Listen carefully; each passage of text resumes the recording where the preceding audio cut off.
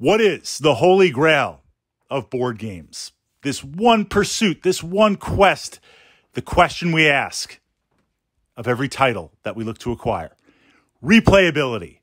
This idea that a board game being a self-contained experience, and when I say self-contained, literally in the box or multiple boxes if you have expansions, after we play through a few times, is there still something to see? Is there still some reason to keep the board game? If we're looking at jumping into a new title, you ask yourself, well, how many times am I going to play this before it gets just kind of samey and I understand it? We want to be entertained. We want to be surprised. We want to face meaningful choices. We want to see stories unfold with those choices. We want to have that happen how many times? 8, 9, 10, 15 times or more before we kind of know that, been there, done that. So the first thing I look at in terms of replayability, and I'm going to be examining this from the perspective of dungeon crawlers, because if you've been following my channel, you know that I love dungeon crawlers. I have a number of fantastic titles that I enjoy, and I've now navigated them over the years in terms of replayability. So the first thing, of course, we look for is, well, how many quests in the box? What's the story in the box? If we look at something where there's a story unfolding, but minor subquests in there. So you say, I've got a main story, but there's 5 or 6 other subquests. Or there's 12 missions, core missions in the box. Or there's 3 boss monsters to fight in the box. Or there's 2 storylines going on. Something like Runebound, 3rd edition, not quite a dungeon crawler, but it's fantasy-based. The core has, you can either fight a Dragon Lord or fight a Necromancer. Those are the primary quests. So in looking at the quests or the missions, that's the first limitation of replayability. If there's only one in the box, even if it's 5, 6, or 7 quests, you're going to play through that. How many quests in the box? Now, that is a leader in that the next thing I look at is, are the quests static and fixed, or are they dynamic? If it's a type of dungeon game, again, we're just looking at dungeon crawlers, where the map is the same every time and the monsters are the same every time, well, that's vastly different than, okay, there is a boss monster somewhere contained in this dungeon, but the dungeon, the loot, the monsters, it's random or semi-random, so it's going to be different every time. So you might have a quest book with 12 quests, but they're static quests versus a quest book of 5 or 6 that are more dynamic. We have to look at that. The next thing in terms of replayability, and this is, expansions are now starting to come into play, because of course, core plus expansions. How many characters in the box, or how many factions in the box? Obviously, if there's 4, I'm going to play through the quests, I'm going to play through the story, but the more heroes, adventures, companions, factions, whatever you want to call it, that you can play, different play styles, different tactics, different strategies.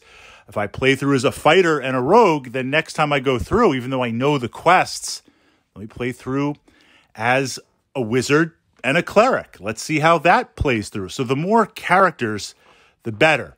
Now, this is where expansions start to come in, because what we see with board games, especially dungeon crawlers, you'll have the primary core game, but then there'll be some sort of X-Pack that gives you some more characters, or there'll be an expansion that gives you additional quests. That certainly increases the replayability of the game because there's a lot more stuff. You can visit it again and again and again. Now, I have 3 main quests instead of 1 in the core that I play through, and even when I know them, there might be different branching paths. There's going to be different characters, different things to explore. So we look through. From that perspective, I have to say, I prefer random type setup games. Games that have a random dungeon or games that can randomize stuff as you go through. And the randomization, if I pull in, not quite a dungeon crawler, but a game that I enjoy, Runebound 3rd edition, that's random in that, okay, the primary 2 quests are, at the beginning of the game, you get to decide, fight a Dragon Lord or fight a Necromancer. And then there's different points on the map as you're going through the quest where you'll draw cards. So one might be an encounter, One might be an event. One might be a social interaction with an NPC or another party. The deck of cards is random for every quest. And then depending if it's the necromancer or the dragon, you mix in some theme-specific cards. Well, that's random every single time. Events that are random, monsters that are random. Now, eventually, yes, I'm going to see the same stuff. It's going to pop up. But if I'm 15, 16, 17 plays in, that's pretty good replayability. So we start reaching the end of the replayability. And this might be a title that you enjoy. So if I look at Runebound, I've organized all of my games, and I do keep track of plays, when I've played it, win, lose, certain conditions like that. And Runebound 2nd and 3rd edition have consistently been at the top of that pile. So I say that to frame this where I know the quests, I've seen the cards, I've done it, I can play it on autopilot. But what keeps on bringing me back? What keeps on bringing me back is the different characters to try things out, and the fact that knowing the quests, I can adjust the scale. Things up a little bit or down a little bit. House rules, homebrew rules, incorporating those aspects in. Now we see, after you've played through a game many, many, many times, and literally you've seen it all, now you can begin to start tweaking with the mechanics to change it up and down. 2 more layers of replayability. So I think we're starting to see even a core box. If you like the story, if you like the game engine, there is a lot that you can do with it. Community rules, pulling in Hero Quest, right? Hero Quest, there's a lot of fan content, a lot of community content, a lot of variance to the game where you can automate the AI, different quests to play. So even after I've played through Hero Quest, the official stuff, you can be pulling in expansions forever. Same with Runebound. There's a lot of fan content. Same with Descent. Same with all of these other dungeon crawlers. So as soon as you start pulling in fan content, there's replayability right there. The core engine just to the top. And then the final piece, interaction with friends, interaction with a gaming group. I know we're kind of branching out from dungeon crawlers, but I'm trying to layer some examples here. Zombicide Black Plague.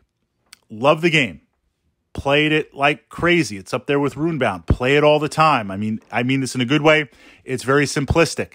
I know what's going to happen. I know the optimal path. Even with the randomness, it's different every time. But like, you know it. I played the game 70, 80 times. You know it.